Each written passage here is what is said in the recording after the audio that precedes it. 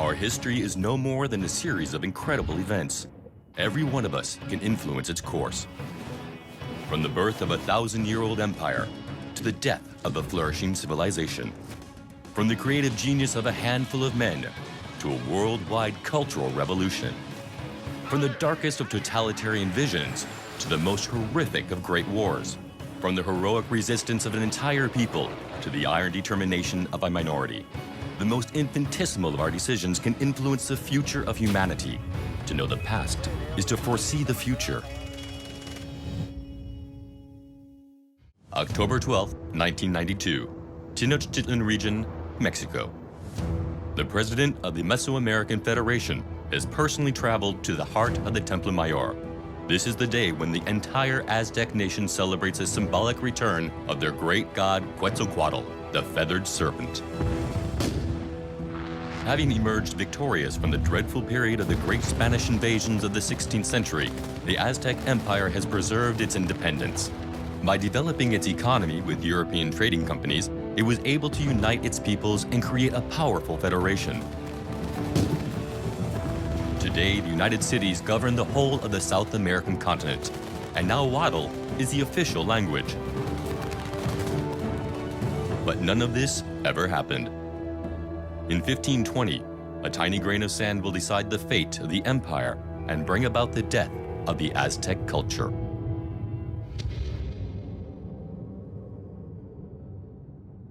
November 18, 1518, Hernan Cortes, Spanish conquistador, set sail, totally illegally, for the coast of the Yucatan.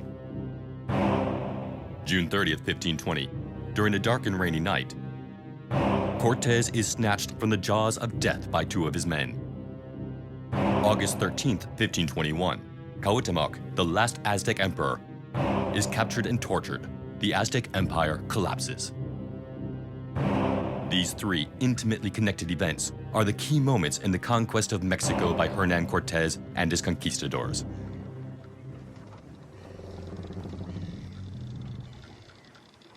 (1504). At the end of an interminable 2-month crossing, braving the Atlantic Ocean, the Spanish crown's convoy finally comes within sight of its destination, the island of Hispaniola. Aboard one of the ships, a young Castilian nobleman, Hernan Cortes, is coming to try his luck on this colony, lost some 6,500 kilometers from his native Spain. Because although Christopher Columbus had claimed the Caribbean in the name of the kings of Spain in 1492, the American continent remains for the Europeans a land of adventure where everything is possible. This is the New World. Since the beginning of the 15th century, Portugal has been out to discover the world. Braving the unknown, these intrepid explorers have sailed the coast aboard their ships, gone up rivers, mapping every shore and every island. In 1492, sailing to establish a new trade route to the east, the explorer Christopher Columbus found his way blocked by a considerable obstacle: America. Spain immediately set upon the colonization of Hispaniola and then Cuba. In these new territories, everything had to be created. They needed men who were daring and fearless. For them, such a voyage is a promise of glory and wealth. Like Cortes, they set sail in their hundreds on an adventure that was both exotic and perilous. Though these territories were not virgin, they are peopled by native tribes.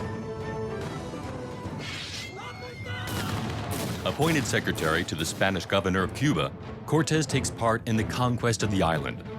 Starting from very little, he is soon rich, but this comfortable situation is not enough for him. He is fascinated by the fabulous accounts of the great navigators who set out to explore the limits of the world. When the governor suggests he lead an exploratory expedition of the Mexican coast, he jumps at the chance. The sale of his lands and loans enable him to recruit hardened seamen, but most importantly, to purchase a maximum of armament. Because Cortes secretly envisages every possibility, in particular that of conquering new territories in the name of the Spanish crown. Suspicious, the governor immediately orders that Cortes is stripped of his command. too late. Cortes has already weighed anchor. His course set for Mexico, totally illegally. Welcome to the memory of humanity. Here we can control time, analyze and compare billions of events, and alter them to rewrite history endlessly. All the events in our history, however minute they might be, are memorized and interconnected. It only requires one to be changed for all the others to be shaken to the core. From his very first step, man has the thirst for discovery. A fascination for the unknown has often driven him to go further, beyond the horizon. To cover distance, he was long limited by his own legs. Then he domesticated horses, built ships, invented the wheel. Ever since antiquity, sailing the high seas has been dangerous. But in the 15th century, they developed ships that were stronger, more maneuverable, and able to face the fury of the oceans. The caravel, a Portuguese invention, is perfect for exploration. It was this that enables Christopher Columbus to achieve his exploit. Today, increasingly advanced techniques bring fresh frontiers within our reach. From the ocean's abysses to the planets of the solar system, we have the technological resources to enter into a new age of exploration. Our only limit is our daring. 11 ships, 518 fighting men, 14 cannons, 16 horses, and a few dogs set out to conquer the unknown. Cortes, impromptu and illegal warlord, knows that he can no longer turn back. But if he returns laden with wealth, the king will pardon his insubordination. He has turned into a conqueror, a conquistador. He is condemned to succeed or to die. 1519, off the coast of Yucatan. For the explorers, the coast means virgin forest, poisonous snakes, and disease. Cortes knows that he will soon need assistance, in particular for his supply of provisions. He is hoping to find hospitality with one of the many native tribes along the coast.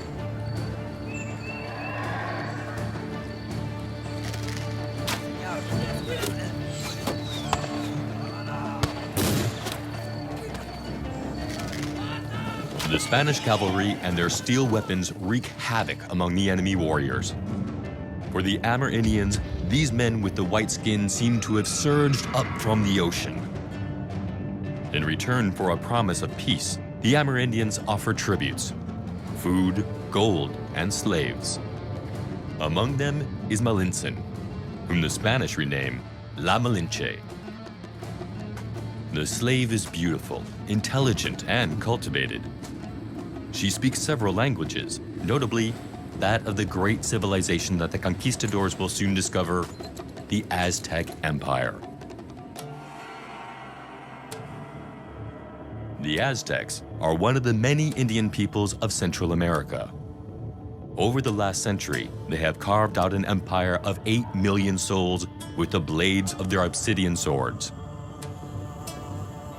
From their capital, Tenochtitlan, they rule over the greater part of Mexico. Legend has it that when pursued by their enemies, the Aztecs sought refuge on a swampy island in the middle of a great lake. An eagle, grasping a fruit in its talons, was taken as a sign from the gods. One day, a great Aztec city will arise here, Tenochtitlan. Since then, they have imposed their will and their religion on almost all of the neighboring tribes. Every city newly conquered must adopt the worship of Huitzilopochtli, the great Aztec god of war and the sun. To enable the gods to continue to exist, their thirst must be slaked with human blood. Devastating raids are conducted on the villages.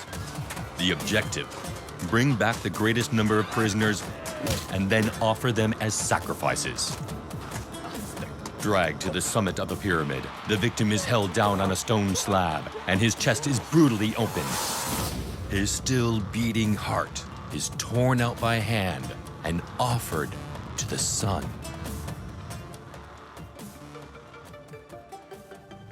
The Fortress City.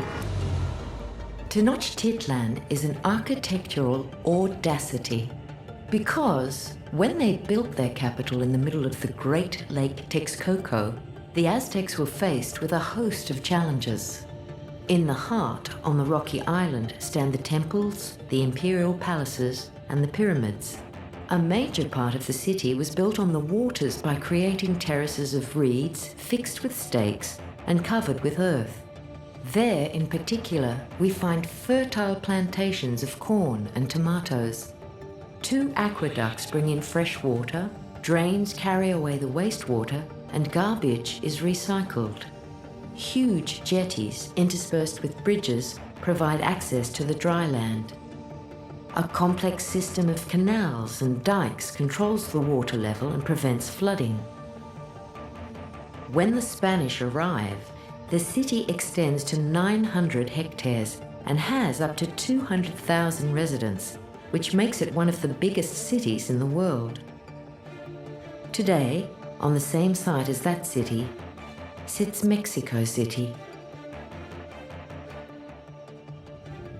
A few hundred conquistadors against millions of natives. Cortes makes a rapid assessment of the situation. However, the Aztec Empire is a giant with feet of clay. Founded on submission, it demands total obedience from the other Amerindian peoples and will not forgive a single fault. There are many tribes who can no longer stand this. Cortes knows it and will play a clever hand. He presents himself as an alternative to the Aztecs. Meanwhile, the Aztec Emperor Montezuma II doesn't know what attitude to adopt towards these newcomers. Enemies? Allies? Gods? Cautious, he allows the Spaniards to live, for the moment. As translator and advisor, La Malinche enables Cortes to forge precious alliances with the peoples under Aztec domination. Gradually, the Spanish army swells. After 2 months of travel and negotiations, Cortes finally arrives within view of the capital, Tenochtitlan. Montezuma finally decides to invite them to meet him. Watched by Aztec warriors, the conquistadors cautiously advance. On guard, they are awed by the magnificence of the city. The meeting of the 2 chiefs is one of 2 worlds. Everything sets them apart. Nevertheless, Montezuma offers hospitality. The Spaniards find themselves in a strange situation. Having come to seize new territories, they are invited in peacefully. Cortes, in the heart of an alien city, surrounded by natives who practice human sacrifice, does not know what to do. He has several options, but he decides to play his most insane card. He awaits the right moment and suddenly takes Emperor Montezuma II hostage. His calculation is simple. By striking off the head of the empire, he believes the Aztecs will surrender. This shows ignorance of Aztec society, because nobody can understand what Cortes wants. The situation is a stalemate. Meanwhile, a Spanish counter-expedition has landed on the Mexican coast with orders for the immediate arrest of the outlaw conquistador. Cortes leaves a small troop in place and sets out to face his compatriots. In Tenochtitlan, fearing an uprising, the Spanish garrison cut off, massacres several thousand Aztec nobles. When Cortes, having obtained a miraculous victory, returns to the capital, the situation has changed. The city is out of control, with the surviving conquistadors besieged in the imperial palace. During the course of events, Montezuma is killed. The conquistadors have no choice. They have to flee, and flee fast.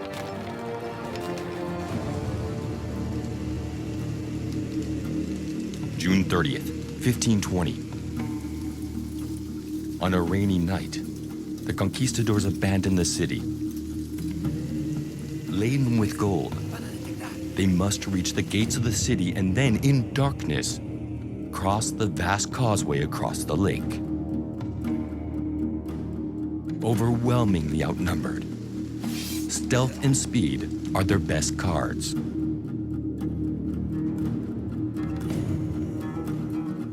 But the Aztec army quickly throws itself upon them. Looming out of the mists, thousands of Indians attack the fleeing column. The Spaniards have walked into hell. Their only chance of survival is to hack a way through to the dry land. Some of them, weighed down with gold, die by drowning in the depths of the swamps. Others are captured and will be offered as sacrifices to the gods. Cortes himself is unhorsed. 2 of his men save him in the nick of time. Breathless, decimated, the survivors finally set foot on dry land. Cortes has just lost half his army. We have just reached a turning point. A turning point is a key event, a crossroads in our history where the world swings one way or the other. What would have happened if Cortes had been killed during the Noche Triste? The chief was incontestably the moral pillar of the conquistadors. Without him, panic and distress would have overwhelmed the survivors. The troop, in disarray, would never have been able to face up to the Aztec army. Those who escaped would have ended their journey on a stone table at the top of a pyramid. The failure would have turned Cortes's audacity into madness. His successors would have shown much more caution. There would have been no conquest. The Aztec Empire could quite possibly have survived to our day. In the 20th century, it would be a powerful federation of Mesoamerican cities. South America would be speaking an Amerindian language. Surrounded by enemies, thousands of miles from home. Decimated and wounded, the conquistadors know they are facing their own annihilation. All hope of flight is vain. Upon arrival in the New World, Cortes had dismantled his ships in preparation for this day. Cortes is now caught in his own trap.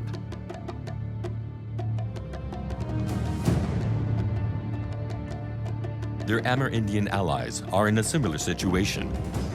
Slaughtered in their thousands during the Tenochtitlan debacle, they know they will never obtain pardon from the Aztecs. On July 7th, 1520, the survivors are overtaken and encircled by the Aztec army. On the brink of the abyss, about to be submerged beneath the wave of enemy warriors, 13 riders risk all and charge directly at the Aztec commander.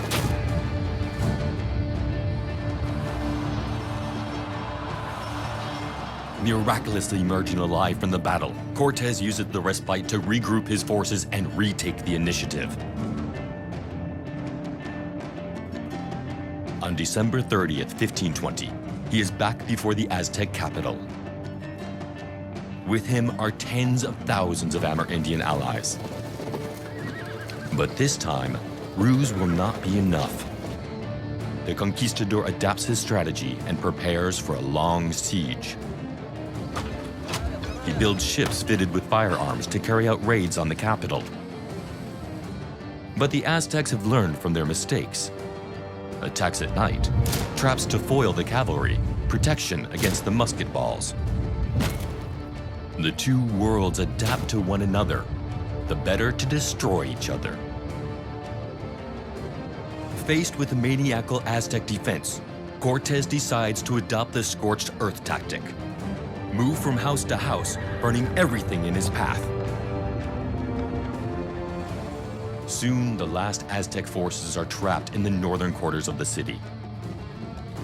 August 13th, 1521, Cuauhtémoc, the new emperor is captured. The city is almost entirely destroyed. With it dies Aztec resistance.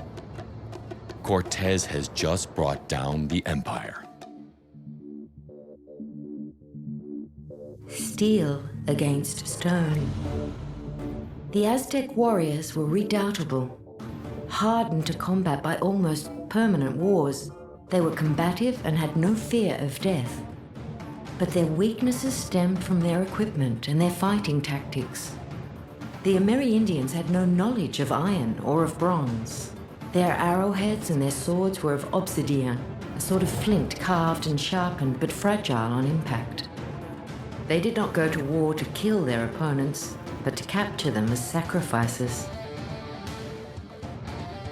Opposite them, the conquistadors were bristling with iron, and the steel blades of their rapiers were both sharp and resilient. Crossbows, muskets, cannons, and cavalry terrified and decimated the Aztec ranks, while their arrows could not pierce the steel breastplates. The conquistadors were almost invincible, especially as they fought in a coordinated fashion, each covering the other. They fought to kill and to conquer. Two visions of war for two different worlds. Cortes and his conquistadors were only the first wave. Christian missionaries rapidly arrive.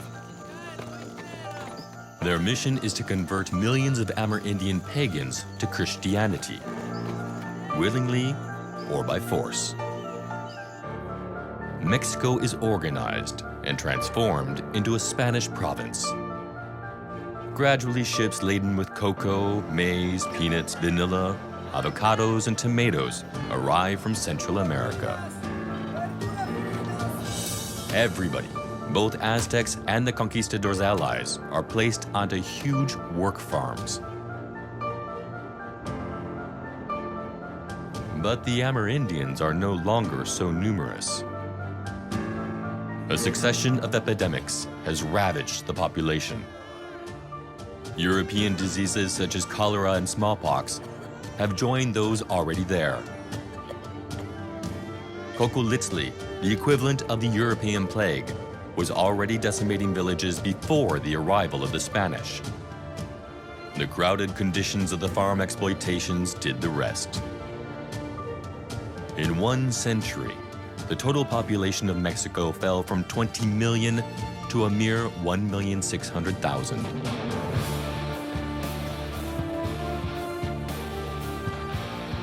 The Amerindians were the major losers of the Spanish conquest, but not the only ones.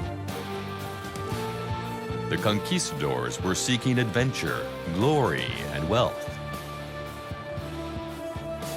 Although adventure was awaiting, the return of the investment of their sacrifices was sharply below their expectations. Replaced by merchants, they become the veterans of another age, old soldiers who had sometimes committed atrocities in the name of war. Many of them will end in poverty, reminiscing nostalgically about their hour of glory to whoever will listen over a table in a tavern. Cortes himself is trapped between his image of a conqueror and that of a bloodthirsty warrior. Today, we still don't know whether we should admire him or condemn him. Fallen into disgrace, he dies of dysentery on the 2nd of December, 1547. Spain, a colonial empire, becomes the world's major power. Trade is becoming global. But that is another story. When Christopher Columbus landed on Hispaniola, there were 300,000 inhabitants. 50 years later, there were only 1,000. 92% of the Indian population of Central America dies in the whirlwind of wars and epidemics. And yet, this tragic episode for humanity is still not recognized as a genocide. A genocide is the systematic elimination of a national, ethnic, racial, or religious group, An ethnocide is the forcible elimination of a culture. They are collective crimes that are planned and perfectly intentional. The disappearance of the Aztecs was never the objective of the Spanish authorities, but the consequence of the conquest, ill treatment, and above all, of epidemics.